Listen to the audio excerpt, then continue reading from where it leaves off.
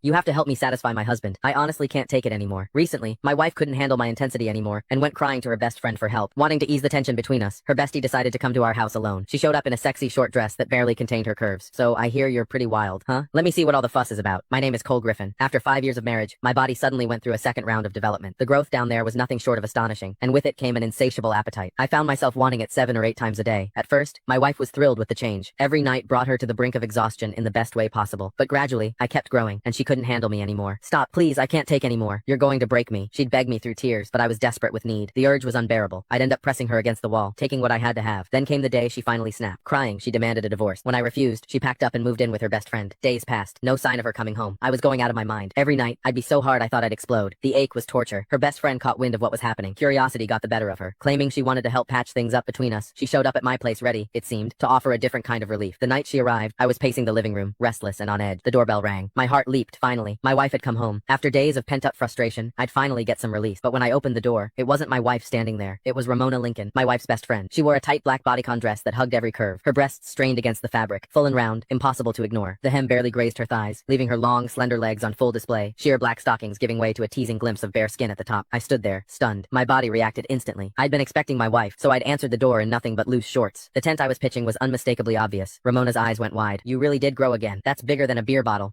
Truth was, Ramona was a woman with unmet needs herself. She was beautiful. Anyone could see that. But she'd married a rich old man. According to my wife, he'd burned through his prime too hard and too fast. Now his body had given out, and he couldn't satisfy her at all. These days, she apparently spent good money on male escorts to fill the void. I motioned her inside. She settled onto the couch, crossing her legs slowly, showing off those red-bottom heels, making damn sure I noticed. So what brings you here, Ramona? I asked, grabbing a glass of water and handing it to her. Where's Rachel? She took a sip, then fixed me with a look. You're the reason. You're like a bull on steroids. Rachel's too scared to come home. I'm here to talk some sense into you. You can't keep going at her like that. She's delicate, for God's sake. No woman could handle a brute like you going full force. As she spoke, her chest rose and fell with each word. Those two magnificent breasts moved hypnotically beneath the thin fabric bigger than my wife's, fuller, and I couldn't tear my eyes away. My pulse hammered in my ears. God, I wanted to touch them. I sighed, settling into the chair across from her. It's not that I'm trying to be rough. It's this second development I can't control it. The urge hits me like a freight train. If I don't, at least once a day, the ache is unbearable. Ramona's eyes sparkled with curiosity.